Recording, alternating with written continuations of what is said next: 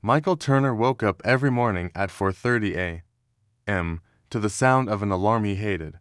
It wasn't because he was lazy, it was because that alarm was the daily reminder of a life that felt completely and utterly stuck. At 35 years old, Michael worked in a distribution warehouse just outside Columbus, Ohio. We're talking 12-hour shifts. Steel-toe boots, cold, hard concrete floors. It's the kind of job that drains your body long before your mind even has a chance to drain. Now, Michael wasn't ashamed of hard work. Not at all. He came from a family that believed in it. His father spent 3 decades in a factory. His mother cleaned offices late into the night. They taught him one simple rule: show up and don't complain. And so, Michael showed up, every single day. But deep down, something felt fundamentally wrong. He wasn't tired of working, he was tired of going nowhere. During his short breaks, Michael would sit in his truck, scrolling through his phone. He'd watch these videos of people talking about freedom, about starting their own businesses, building side hustles, and completely changing their lives. At first, he just laughed it off. Must be nice, he'd think to himself. Those people weren't like him. They didn't wake up sore every morning. They didn't smell like oil and dust at the end of a long day. They weren't living paycheck to paycheck, juggling a mortgage, a car payment, and with absolutely zero savings in the bank. Or at least, that's the story he told himself. Michael's reality was simple. He made enough money to survive, but not enough to truly breathe. Any unexpected bill felt like a direct threat. Taking a vacation was a complete fantasy.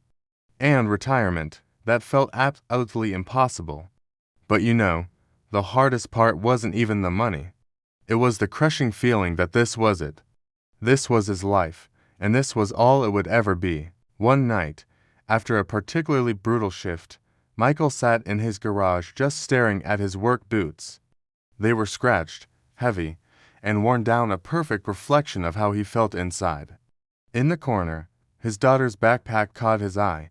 She was 7 years old and already bubbling with excitement about all the things she wanted to be when she grew up. Michael always smiled when she talked like that. But then, a wave of fear washed over him. What kind of example am I setting for her? Not because he worked a blue-collar job, there's honor in that, but because he had stopped believing that he could ever grow beyond it.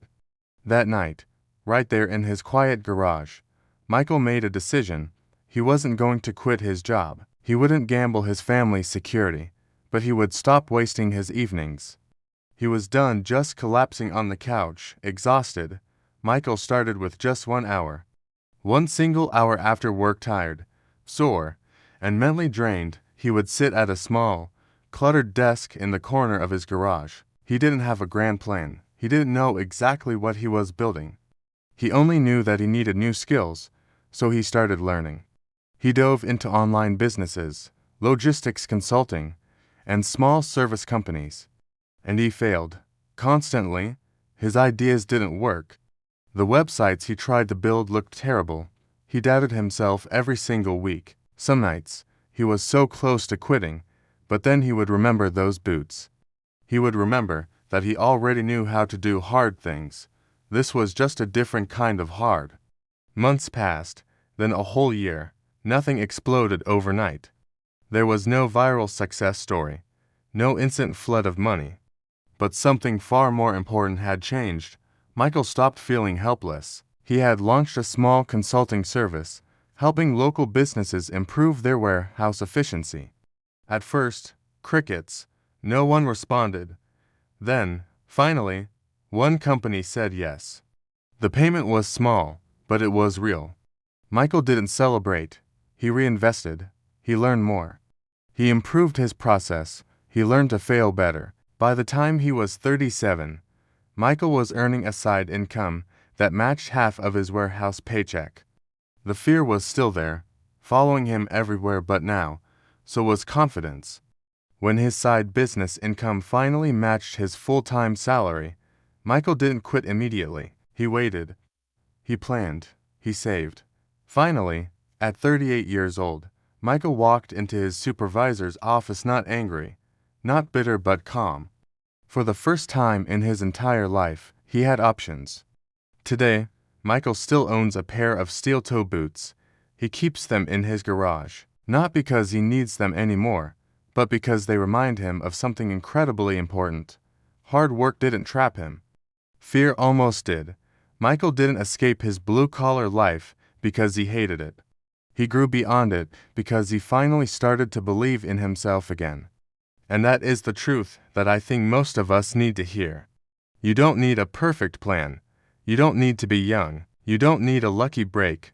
You just need the courage to believe that your current life is not your final one.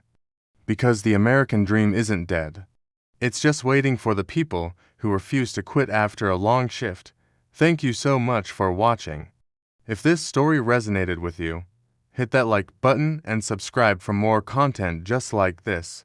See you in the next one.